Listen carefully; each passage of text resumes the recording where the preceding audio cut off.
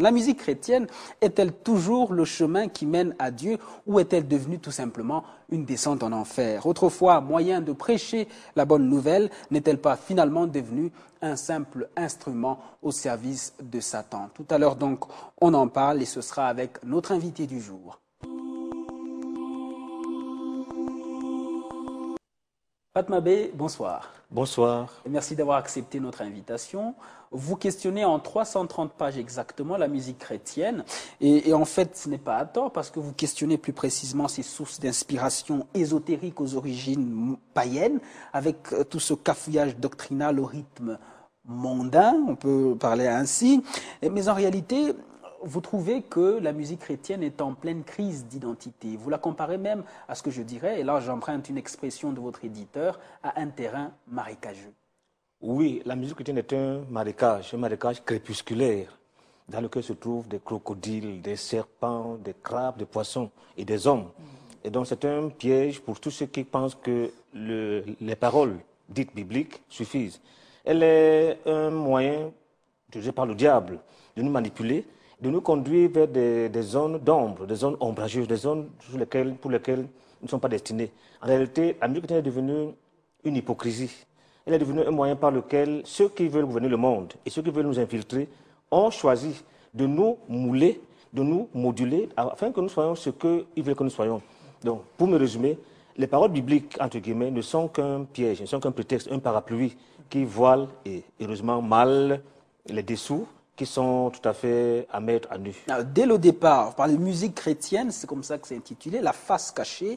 Vous parlez de quoi exactement? Est-ce que vous parlez de la musique chrétienne? Parce que dès qu'on le lit, on se dit, il va nous parler de sonorité, de la musique, ce qui emporte, mais là-dedans, on retrouve directement, les mots parce que vous vous attaquez au texte et on se demande, est-ce que vous parlez de la musique, vous parlez de la chanson chrétienne ou vous parlez des deux? Je parle des deux, et les deux sont d'ailleurs indissociables.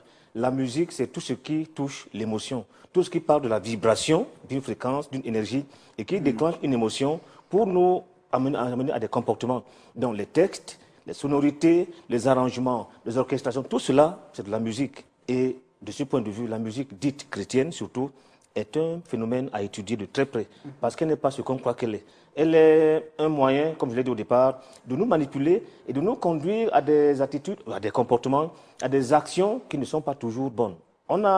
J'ai vu des scènes quelquefois troublantes, des scènes à l'église où un pasteur, un prêtre quelquefois, organise une cérémonie rituelle, liturgique, au cours de laquelle on vous demande de vous brancher à telle étoile, à tel horoscope, à telle constellation, sous couvert de musique chrétienne. Alors tout cela est quand même assez troublant. Alors au vu de cela, je me suis demandé, est-ce qu'il y a dans la musique chrétienne quelque chose qui la représente en tant que telle? Est-ce qu'on peut distinguer la musique chrétienne de la musique non chrétienne que vous appelez musique mondaine? Pour moi, c'est la musique simplement non chrétienne. Est-ce qu'il y a un moyen, de par sa structure interne, de la distinguer? Et là, la question s'est posée à moi.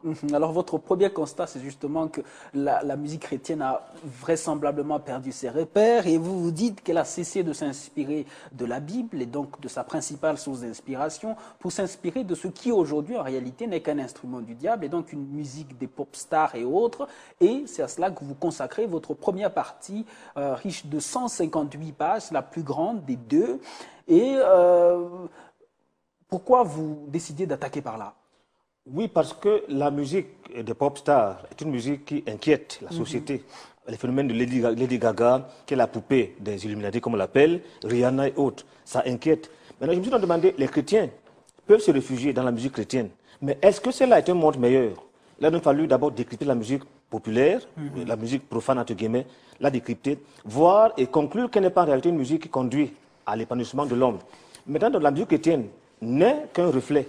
Elle n'est qu'un copier-coller d'ailleurs. Elle n'est qu'une mauvaise photocopie de cette musique du monde qui marche bien, mais qui nous conduit effectivement vers l'enfer, vers les bas-fonds de l'humanité, vers la bête.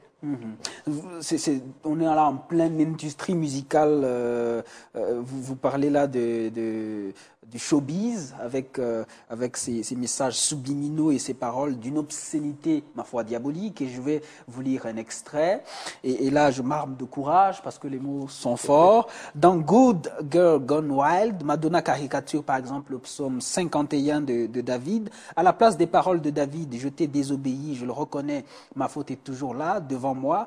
Elle dit plutôt, Oh my God, I am heartily sorry for having offended thee. Bref, je vais sauter l'anglais pour dire qu'on savait dire en réalité. Il dit, oh mon Dieu, je reconnais que je t'ai offensé, je déteste mes transgressions, j'ai peur de perdre le ciel et les terreurs de l'enfer me traumatisent. Par-dessus tout, parce que je t'aime, je voudrais terriblement être une fille bien. Je suis comme une fille devenue sauvage, une bonne fille devenue sauvage. Les bonnes filles ne se comportent pas mal, je me comporte mal pourtant, mais de toutes les façons, je suis une mauvaise fille, pardonne-moi. Oui, il s'agit bien là, comme vous avez bien dit, d'une caricature de la parole de Dieu. Madonna se moque de Dieu. Et pour bien comprendre cette chanson, il faut voir le clip. Elle est en slip. Elle est en slip sur une peau de zèbre, noir et blanc, qui dans le monde obscur symbolise la dualité entre le bien et le mal. Donc, elle est donc en slip. Elle a un œil mi-ouvert qui simule l'acte sexuel, la jouissance sexuelle. Alors maintenant, dans cette posture tout à fait, je veux dire, incongrue, elle parle de Dieu. Et elle dit, hé, hé, hé, hé, hé. Tout cela nous amuse. Mais en réalité, le fait de nous amuser nous conduit peu à peu à oublier que Dieu est saint, Dieu est sacré. Alors on va donc s'habituer ainsi à se moquer de Dieu, à rire de lui. Et ce qui donc est inquiétant, c'est que dans la musique chrétienne, il y a effectivement des cantiques qui ont été caricaturés, des cantiques qui ont mis un Jésus qu'on retrouve en slip, qu'on retrouve en guitare sur la bandoulière, qu'on retrouve au bar. Et tout cela nous montre que, en réalité, la musique chrétienne, comme vous avez dit, ne fait que s'inspirer de la boue de la musique du monde. Un autre extrait, Whitney Houston, Beyoncé, Lady Gaga présentent un parcours identique, élevé dans la foi et les bonnes mœurs, avant de basculer, prise au piège de la célébrité. C'est ça, le dualité entre le bien et le mal. Tout à fait. Beyoncé, Rihanna, Alia sont issus de familles chrétiennes. Mais comment se fait-il qu'à un moment donné, elles se soient trouvées dans le monde du showbiz, qui n'est pas mal en soi, mais dans ce monde, promouvant des valeurs anti-chrétiennes, des valeurs antisociales, comme l'homosexualité, comme tout cela. Alors, on se demande donc, qu'est-ce que l'Église, qu'est-ce que la parole de Dieu a de si insignifiant pour que ceux qui l'ont côtoyé se retrouvent dans l'autre monde.